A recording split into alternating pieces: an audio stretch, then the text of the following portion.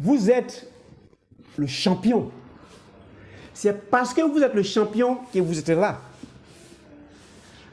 Quand les 20 millions de spermatozoïdes de votre papa partaient féconder, vous étiez dans les 20 millions de spermatozoïdes et vous étiez en train de vous débattre. Donc dans les 20 millions de spermatozoïdes, c'est vous qui êtes allé féconder l'ovule de maman. Voilà pourquoi vous êtes le champion. Alors, comme vous êtes le champion, vous êtes né, il vous appartient de demeurer l'excellent. Pour demeurer l'excellent, on a découvert vos ennemis aujourd'hui, qui ne sont ni le sorcier du village, ni l'enseignant méchant, ni personne. C'est les 4 vilains sentiments. Alors, comment neutraliser les 4 vilains sentiments que nous saurons aujourd'hui?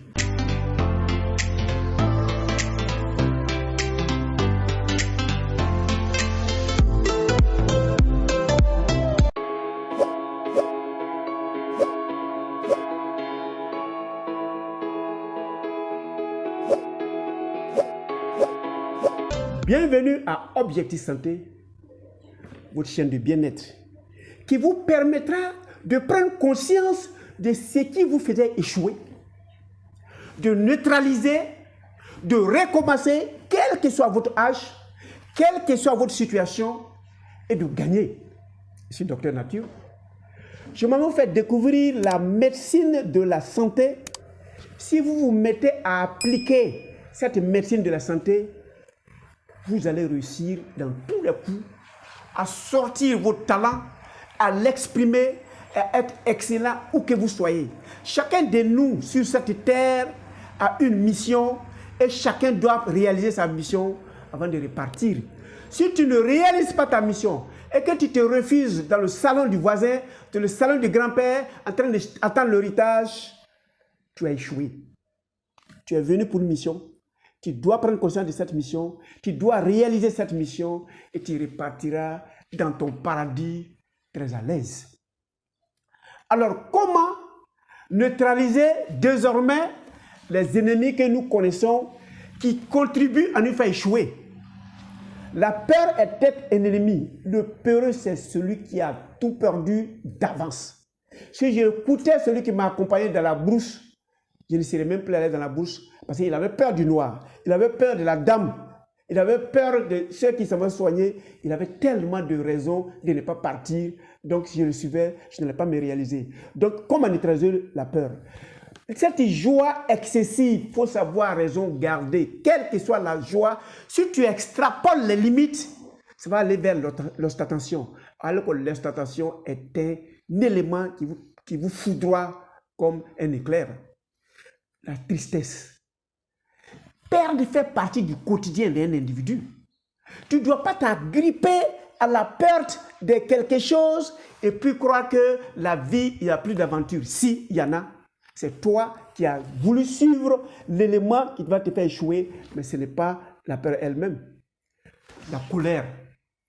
Mais si tu ne sais pas expliquer quelque chose, il faut contenir cette colère parce qu'autour de toi, l'environnement ne comprendra jamais rien et tu vas vivre solitaire, tu vas vivre isolé et tu vas échouer. Pardon, il ne faut pas en vouloir à ton père, à ton oncle, à ton... Non, non, non. Nous ne sommes pas venus sur cette terre pour prendre des héritages. Nous sommes venus sur terre pour faire mieux que celui qui a constitué un héritage pour nous.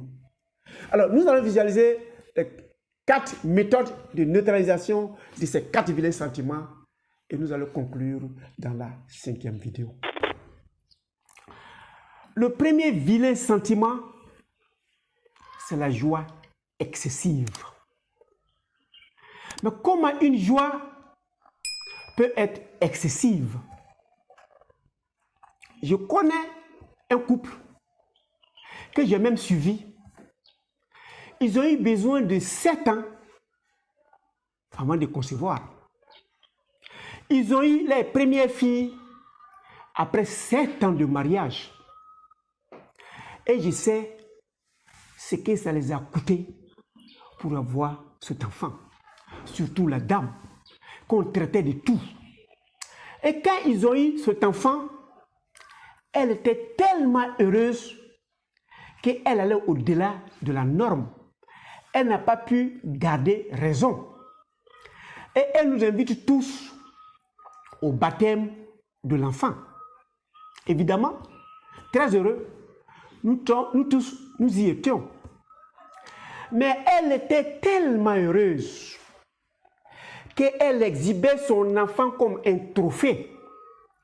Elle a tellement invité des visiteurs, d'invités, qu'il n'y avait même plus de place. Donc les gens sont venus, elle veut exprimer sa joie et elle prend cet enfant comme un trophée et elle l'exhibe et chacun prend, chacun regarde, chacun l'apprécie et l'enfant passe de main à main. Je me suis mis à l'observer. Je l'approche.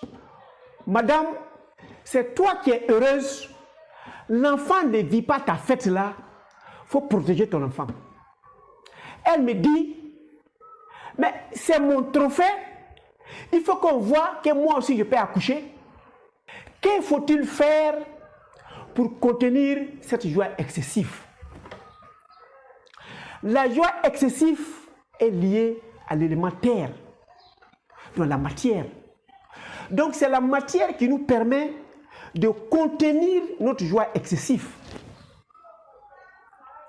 À chaque instant, que ce couple que je connais, quand ils veulent faire une fête, elle aime faire les choses au superlatif, je dis à son mari, allons visiter le cimetière. Ton enfant, que la joie excessive a tué, est au cimetière. Donc si vous êtes trop content et que vous croyez que vous êtes un super homme, visitez un cimetière. Votre père y est. Votre père y est. Vos mères sont là-bas. Vos cousins sont là-bas. Vos oncles sont là-bas. Vos grands-pères sont là-bas. Quand tu verras que mon grand-père que j'aimais bien, aujourd'hui, il est dans cette tombe avec toute la richesse qu'il a laissée. La richesse n'a pas pu l'empêcher de mourir. Ses diplômes n'ont pas empêché de mourir. Moi, là, il faut que je fasse de la mesure. Il ne faut pas que je sois trop content et que je prenne mon véhicule, que je vais aller rentrer en bas d'un grumier et ma joie excessive va me tuer. Voilà quelqu'un qui sert d'exemple. Voilà un enfant qui est né, la joie excessive l'a tué. Donc le nouveau-né, j'ai envoyé le père là-bas. Si tu fais comme tu as fait la première fois, le nouveau-né là va trouver ton enfant ici. La colère. La colère s'exprime par l'élément feu. Tu es fâché, tu casses tout dans le salon de ton mari parce que tu l'as vu dehors avec une autre. Tu es fâché, vous êtes parti faire l'élection, on dit que non, ton adversaire a gagné, tu n'es pas content, tu te vas prendre des armes et tu commences à tuer tes frères et sœurs même qui devraient même te voter ou même qui t'ont voté. Tu es fâché, on a donné le résultat de l'examen, ton camarade de classe a eu, toi tu n'as pas eu, tu te fâches, tu t'en vas prendre quelque chose, tu bois et tu te tues. Pourquoi? Pour lutter contre la colère, qui est un élément feu, c'est de dégager le trop-plein qu'on a en nous. Mais comment dégager le trop-plein qu'on a en nous? Mais le maracanã de dimanche, quand vous allez au maracanã que vous jouez, ça va vous dégager le trop-plein et à partir de vos pores, pendant que les sueurs sortent, le trop-plein d'énergie qui n'arrive pas à contenir, qui va t'appeler à faire du mal, va partir. Allez jouer du basket. Faites du jogging. Faites des crosses. Faites du sport. Tout genre de sport qui va vous mener à transpirer. Vous pouvez aller dans les gymnases, dans le truc où on fait de la musculature, mais arrangez-vous au moins une fois dans la semaine à transpirer. Pendant que vous transpirez, vous faites dissiper le trop-plein de cette énergie, de cette colère à partir des sueurs. Et en échangeant, en faisant autre chose, ça va atténuer votre colère. La peur. Comment dissiper la peur? Le peureux, généralement, c'est celui-là qui a peur de tout et il a tout perdu. Il voit le mal en tout, il se méfie de tout et généralement, il ne fait que fuir, il ne fait que courir, il ne fait que se méfier. La peur s'exprime par le mental. comment faire pour discipliner ton mental et de chasser les mauvaises pensées. Si vous êtes religieux, vous partez vous confier dans le Dieu de votre croyance.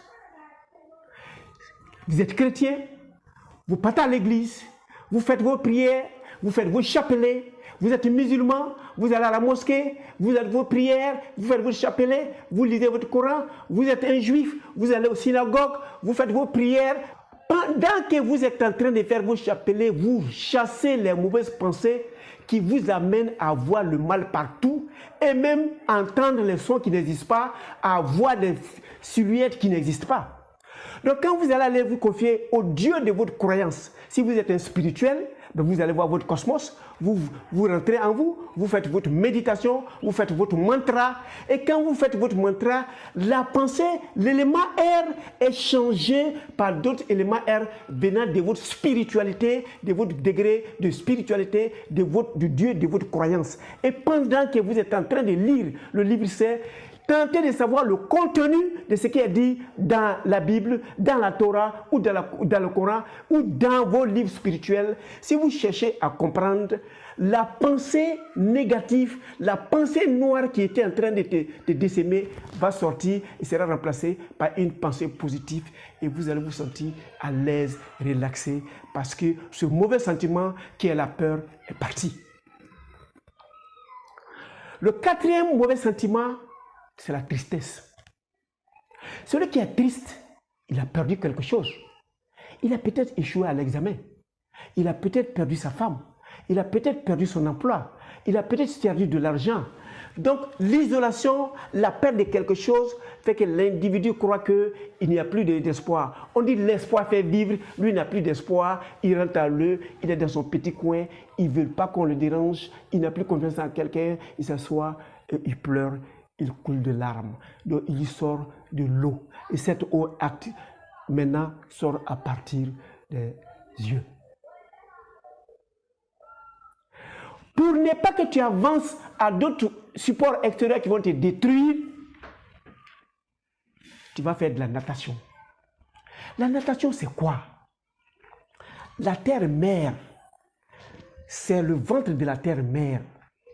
Donc, nous nageons dans le ventre de notre maman, terre, tel que nous étions dans le ventre de notre maman pendant les 9 mois. Nous avons nagé et nous sommes soulagés. Quand vous vous mettez à nager, vous êtes soulagés et la tristesse se dissipe. N'oubliez pas de cliquer sur s'abonner, surtout vous qui venez d'arriver, de cliquer sur la cloche pour que les autres vidéos à venir, vous les ayez aussi facilement. Et n'oubliez pas de mettre le pouce en l'air pour m'encourager à vous donner ces enseignements. Retenez que l'objectif de Docteur Nature, c'est votre santé mentale, c'est votre capacité de mémorisation et de sortir l'excellence de vous-même, où que vous soyez et quoi que vous fassiez.